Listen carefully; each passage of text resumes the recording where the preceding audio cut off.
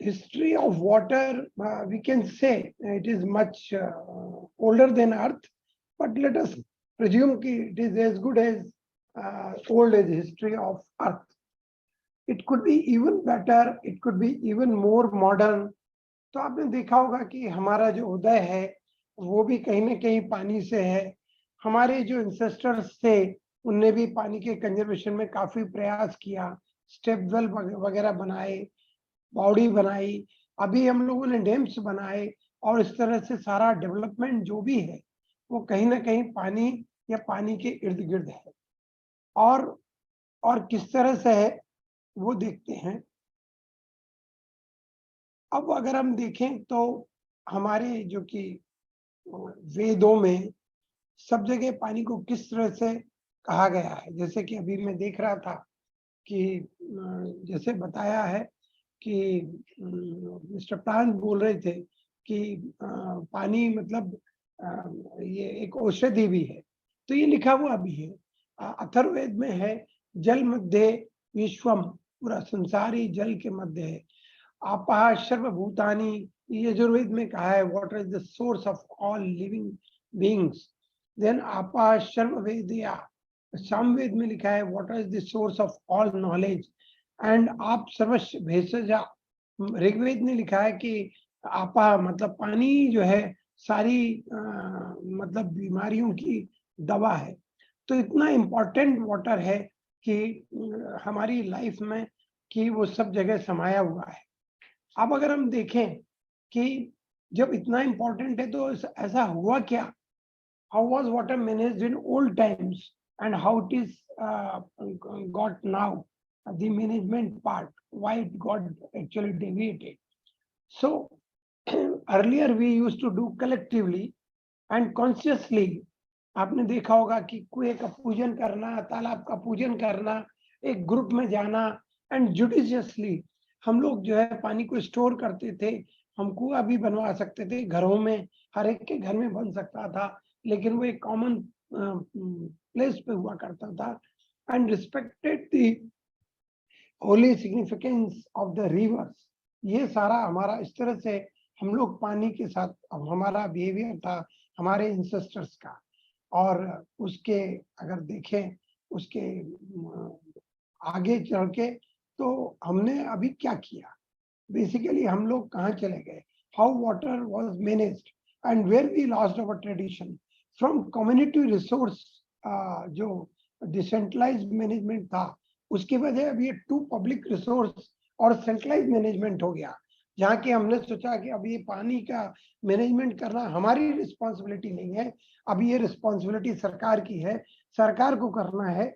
मेरे घर में पानी आना है तो सरकार को देना है, मेरे घर में क्वालिटी आएगी, पानी आएगा वो भी सरकार देगा। और मेरे घर में कुआं, और अगर मेरे आसपास का कुआं सूख गया या वाटर बॉडी खराब हो गई तो उससे मुझे क्या मतलब है। मेरा तो काम सिर्फ पॉल्यूशन और स्कैर्सिटी को हाईलाइट करना है। अब अगर हम देखें कि इससे हमें क्या लॉस क्या होगा, बेसिकली ठीक है हम कह सकते हैं कि भाई हमारा ये सोच रहा, लेकिन हमें लॉस क्या हुआ। तो water stress and scarcity, India की जो 9 रिवर बेसिन है, जो कि सारी इंपॉर्टेंट बेसिन है, गंगा और सारी मिला के, उसमें करीब करीब 87.7 करोड़ पॉपुलेशन रहती है। और जो वाटर स्केर्स हो जाएगी 2025 तक, वाटर स्केर्स मतलब जहां पर कि जो per capita availability of water है वो 880 क्यूबिक मीटर होगा। अगर 1000 क्यूबिक मीटर से नीचे होता है तो हम उसको वाटर स्केर्स कहते हैं। अभी इसमें क्या होता है कि वाटर, ब्रह्मपुत्रा के वाटर को हम जोड़ देते हैं पूरे देश के पानी की कैलकुलेशन में, तो वो फिगर बढ़ के 1434 क्यूबिक मीटर होता है। लेकिन ब्रह्मपुत्रा का पानी तो नॉर्थ ईस्ट में है, फ्लड में है, और वो कहीं ना कहीं नीचे चला जाता है और बांग्लादेश जाता है, हमारे यहाँ तो नहीं आता। अभी तक जब तक हमने इंटरलिंकिंग ऑफ रिवर नहीं किया है तब तक वो पानी हमारे यहाँ यूज नहीं किया जा सकता। तो बेसिकली हमारी जो सिचुएशन है वो वाटर स्केर्स, बड़ी भयावह स्थिति है। और इस स्थिति के लिए हमें बहुत ही सचेत होना है। अब कैसे, इससे क्या फर्क पड़ सकता है, ठीक है अगर पानी की कमी है तो क्या फर्क पड़ेगा। तो स्केर्सिटी और इकोनॉमी से कैसे कनेक्टेड है? Water scarcity and responsible use of natural resources, जो कि वाटर के साथ जो फॉरेस्ट भी आ गया, सॉइल भी आ गई, सब आ गया। 50% of world workforce, about 1.5 billion people, are dependent and employed in 8 water and natural resources dependent industries. तो हमारी 1.5 बिलियन लोग लगे हुए हैं। Water scarcity aggravated by climate change could cost regions up to 6% of their GDP. और अगर आप देखें तो इंडिया उस रीजन में आता है जहां की जीडीपी 6% तक इंपैक्ट होगी। एक स्टडी से ये भी पता लगा कि इंडिया में जो प्रॉपर्टी रिलेटेड वायलेंस है वो बढ़ जाते हैं by about 4% when there is a below average rainfall, and communal rights also increases during this period. ये स्टडी है ऑलरेडी। तो मतलब कहीं ना कहीं अगर वाटर की स्केर्सिटी हुई तो ये हमें जाके हर फ्रंट पे इम्पैक्ट करेगी, हमारी इकोनॉमी को इम्पैक्ट करेगी, हमारे जो भाईचारा के साथ रहने का वो है तरीका उसको इम्पैक्ट करेगी, पूरा सोशल टाइज खराब हो जाए। अब हम लोग अभी फिलहाल किस तरह से देखें तो पानी का चल क्या रहा है, तो most urban area discharge untreated और partially treated sewage in water bodies. वो कहीं ना कहीं बह के जाता है पानी और हमारी जो फ्रेश वाटर बॉडी है उसमें जो है उसको कंटेमिनेट करता है। और क्या होता है, रिटर्न फ्लो, जो हमने एग्रीकल्चर में पूरा पानी लगाया अच्छी तरह से जोर से बगैर सोचे हुए कि ज्यादा पानी देना चाहिए कि नहीं देना चाहिए, हमारे किसान को ये पता है कि जितना ज्यादा पानी देगा उतनी प्रोडक्टिविटी होगी, शायद वो इस भ्रम में है। तो जितना इंसेक्टिसाइड पेस्टिसाइड का सरप्लस पानी है वो या तो ग्राउंड वाटर में चला जाता है या बह के आता है और वही सरफेस वाटर बॉडी को पोल्यूट कर देता है, और इस तरह से हम दोबारा से वो पानी पोल्यूटेड होता है। फिर availability of free cheap electric power, अभी एक चल रहा है कि भाई मैं आपको फ्री इलेक्ट्रिसिटी दूंगा, फार्मर्स को तो लगाऊंगा ही नहीं किसी भी तरह से रेट्स, पानी भी कोई नहीं देगा। एंड जो पॉलिटिकल सिस्टम है वो एक कॉम्पिटिटिव मोड में है कि कौन कितना फ्री देता है। उसके कारण क्या हो रहा है कि ये हमारा नेचुरल रिसोर्स है जिसको कि राशनिंग करना चाहिए, वो राशनिंग नहीं हो रहा है, फ्री यूज हो रहा है। और इसके फ्री यूज होने से हमें क्या क्या बड़ी और परेशानी आ रही है कि हम लोग पानी को मैनेज ही नहीं कर पा रहे। आप देखिए कि हमारा grass sown area 195 million hectare है, इरिगेटेड एरिया 97 मिलियन हेक्टेयर है। अभी कुछ देर पहले जैसा कि अरुण जी ने कहा था कि हमने इतना पैसा खर्च किया है, सेंटर से भी गया है महाराष्ट्र में, और हुआ क्या, तो उन्होंने डैम बना लिए, कैनाल सिस्टम अभी नहीं बनाया। क्यों? क्योंकि उनको वाटर राइट्स प्रूव करना है नीचे के स्टेट्स के ऊपर कि भाई मैंने ये डैम बना लिया, ये पानी अब मेरा हो गया, अब उसको यूज करना आगे बढ़ाना वो नहीं। तो देखें तो वो इन्वेस्टमेंट एक तरह से ब्लॉक हो गया है। तो ये जो गैप क्रिएट हो गया कि आपने 30 मिलियन हेक्टेयर तो इरिगेशन पोटेंशियल क्रिएट कर लिया लेकिन वो यूटिलाइज ही नहीं हो रहा है। इसके अलावा और क्या प्रॉब्लम हो रही है, ड्रिंकिंग वाटर में सस्टेनेबल नहीं मिल रहा है पानी। हम पाइप्ड वाटर डिस्ट्रीब्यूशन की तो तरफ बढ़ रहे हैं लेकिन हमारे सोर्स थोड़ी बढ़े। हमारे सोर्स के लिए सस्टेनेबिलिटी आज भी एक इशू है, जो कल था तो वो इशू तो वहीं के वहीं है। एग्रीकल्चर में अभी तक हम इकोनोमाइज नहीं हुए कि किस तरह से, अभी भी हमारे यहाँ फ्री फ्लोडिंग चलता है। डोमेस्टिक में अर्बन एरिया में पानी का आज भी आप देखें तो दिल्ली जैसे शहर में, न्यू दिल्ली एरिया में 400 litre per capita per day पानी देते हैं, और यहीं दिल्ली में एक और एरिया है जहाँ 40 litre per capita per day आता है। तो कहीं ना कहीं ये स्क्विड डिस्ट्रीब्यूशन है। अगर आप देखें कि जो अर्बन म्यूनिसिपल सिस्टम है वो 40% वाटर का डिस्ट्रीब्यूशन में ही खराब हो जाता है, लॉस हो जाता है। कहाँ जाता है? और नॉन रेवेन्यू वाटर करके इसको बोला, उसमें चला जाता है। हमारी इंडस्ट्री का ये हाल है कि 300% पानी अधिक यूज करती है एक प्रोडक्ट को बनाने में, जो कि वर्ल्ड में कहीं और 1/3 पानी में होता है। इकोलॉजिकल फ्लो के लिए हम बिल्कुल भी पानी नहीं छोड़ते, जो भी कुछ है वो अपना बेचारे इकोसिस्टम में वाइल्ड एनिमल्स अपने आप मैनेज करें। तो ये जो कंपीटिंग वाटर डिमांड्स है और सस्टेनेबिलिटी है, ये आज भी एक बड़ा इशू है और इस इशू को हमें देखना चाहिए। So then how water is to be managed and where we lost the tradition अगर आप देखें तो हुआ क्या, and how to bring the glory back, revive the tradition, involve panchayat in water governance. ये बहुत अच्छी बात है कि डॉक्टर चंद्रशेखर पान जी ने जो आज से 9-10 साल पहले तीसरी सरकार अभियान शुरू किया और आज इनका फोकस पानी पे है, ये मैं समझता हूं कि ये होने से ये निश्चित रूप से कहीं ना कहीं एक बहुत ही बड़ा बदलाव होगा। अब पंचायत इन इंडिया में क्या, संस्कृत वर्ड है का ओरिजिन है पंच, और आयतन मतलब सीट, 5 लोगों की सीट, मीन्स मिलजुल के काम करना, as a group to 5 influential older man. वो हमारा पेपराना सिस्टम था। आज हमारे देश में 2,55,000 पंचायत है और करीब 6,61,000 विलेजेस को, जहाँ की रूरल पॉपुलेशन 87 करोड़ है, 65% है, एंड एवरेज पॉपुलेशन पर ग्राम पंचायत करीब करीब 3,416 है। अब अगर आप देखें तो कॉन्स्टिट्यूशन का जो 9वां हिस्सा है वो ग्राम पंचायत और इंटरमीडिएट पंचायत और डिस्ट्रिक्ट पंचायत करके पंचायत के पूरे सिस्टम को इस्टेब्लिश करता है।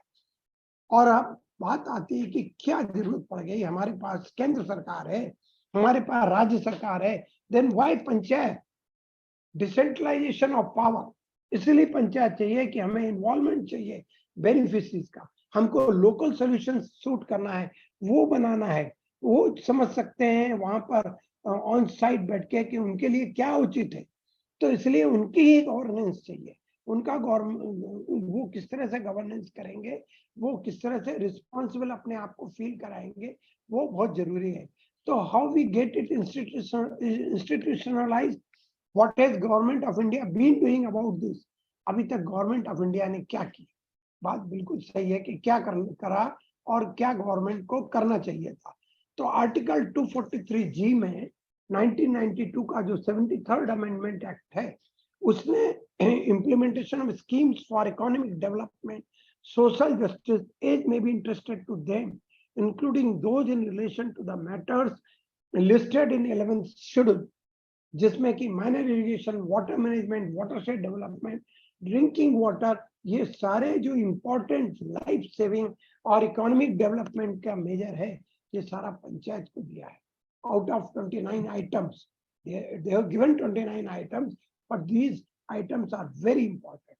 Now what the panchayat should do, अगर आप देखें तो सस्टेनेबल डेवलपमेंट गोल्स को अगर हमने अचीव कर लिया, हम कह सकते हैं कि हम डेवलप्ड हो गए, हमारा डेवलपमेंट हो गया। पंचायती राज has identified 9 themes in this direction. Theme 4, water sufficient villages, that is preparation of village water conservation plan is the key activity, जिसमें कि फंक्शनल हाउस के कनेक्शन है, targeted standard of quality of water supply है, और good water management है, abundant water availability for agriculture and all needs, and conserving water and its ecosystem. तो वो जो सारी प्रॉब्लम्स जो हम अभी सोच रहे थे वो सारा का सारा हो जाएगा। उसके अलावा अगर आप देखें तो ये किस किस के साथ लिंक है, अगर आपने वाटर इशू को एड्रेस कर लिया तो पॉवर्टी खत्म, हंगर खत्म, good health and well being will be there, क्योंकि इकोनॉमिक डेवलपमेंट होगा, अच्छा पानी मिलेगा, आपके प्रोडक्टिविटी बढ़ेगी, आपका लिविंग स्टैंडर्ड बढ़ेगा, अच्छी वेल बीइंग आ ही जाएगी और गुड हेल्थ होगा, क्वालिटी एजुकेशन आप देंगे, जेंडर इक्वलिटी आ जाएगी, क्लीन वाटर एंड सैनिटेशन होगा ही, डिसेंट वर्क मिलेगा बच्चों को और हमको भी, और हम लोग मार्केट लिंकेजेस, और उससे तो these farmers will not be farmers, these villagers will not be villagers, but will be micro entrepreneurs, they will be micro entrepreneurs. Water sufficient villages में क्या क्या होगा, इंडस्ट्री, इनोवेशन एंड इंफ्रास्ट्रक्चर होगा, reduced inequality होगी, responsible consumption and production होगा, climate action होगा, और life below water अच्छी होगी, और लाइफ ऑन लैंड भी ठीक होगी। तो इस तरह से आप देखेंगे तो इतने एसडीजीज के साथ लिंक है issue of water, and if panchayat comes in the role, what has government of India is doing so far, and how has panchayat played a major role in effective water management. अगर आप देखेंगे तो government of India ने repair, renovation and restoration of water bodies को initiate किया, and first launched in 2005 जो prime minister प्रधानमंत्री कृषि सिंचाई योजना का पार्ट है। Panchayat have active role in preparation of DPR, implementation of the work and the monitoring of the works. Restored irrigation potential of 145,000 hectare and works for 10,000 hectare are in progress. ये repair renovation and restoration of water body से हमने इतना potential को already restore किया और 103,000 hectare का it is in progress. और उसके बाद क्या कर सकते हैं, rejuvenation of traditional water bodies, mission Amrit Sarovar ये इसमें स्टार्ट किया है। Each district has been asked to develop 75 water bodies in each district and NITI Aayog in association with NGOs and through beneficiary participation rejuvenated about 600 ponds in 10 water stressed districts just in a period of 3 months. So we can do a lot, and you see there are n number of the tanks, those require the renovation, those require the enhancing of the storage, and because of that the groundwater will get recharged और लोगों को पानी भी मिलेगा। उनकी खेती के लिए जो पानी की कमी है वो काफी हद तक दूर होगी, हुई है इन जगहों पर जहां हमने काम किया है वहां पर हुई है। इसके अलावा और क्या किया जा सकता है जो अभी चल रहा है, वाटर कंजर्वेशन अंडर मनरेगा। आप देखेंगे कि मनरेगा का एलोकेशन 70,000 करोड़ है और उसमें वो कहते हैं 65% का बजट उनका नेचुरल रिसोर्स मैनेजमेंट को के लिए है, जिसमें कि water is a central and focus issue. So this scheme is also there. Then 12th Finance Commission ने already कहा है कि total grants जो है पंचायती राज इंस्टीट्यूशन का उसका 60% earmarked है for drinking water and sanitation and water conservation, और इसमें 1,42,000 करोड़ रुपए ऑलरेडी है। Urban local bodies are given tight grant for water related activities around 49,000 crore. So much is already going on. Let us come now to see. We have also interested and involved Panchayat with Atal Bhujal Yojana of 6,000 crore, which is in association with the World Bank, जिसमें कि हम preparation, implementation of ग्राम पंचायत करते हैं, water budgeting करते हैं, वहाँ पर पिजोमीटर्स लगाते हैं, तो वाटर लेवल कैसे फ्लक्चुएट कर रहा है वो देखने के लिए, तो फार्मर्स अकॉर्डिंगली प्लान कर सकें कि वो किस तरह से अपना पानी अवेलेबल है और कौन सी क्रॉप उनको लेना चाहिए।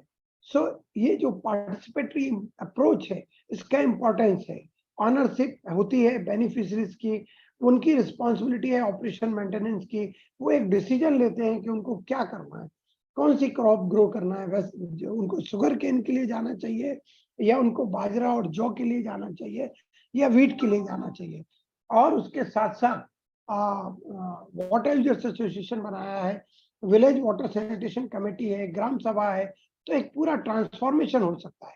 अब एक केस स्टडी है पानी पंचायत उड़ीसा जो बड़ी फेमस है, जिसमें कि उन्होंने एक्ट में मॉडिफिकेशन किया और एक्ट में मॉडिफिकेशन करने के बाद बहुत बड़ा अंतर आया, और उसके बाद जो पानी पंचायत है they are being form in 2008 in a more responsible way, or they have started taking up the decisions relating to medium, minor and lift irrigation scheme.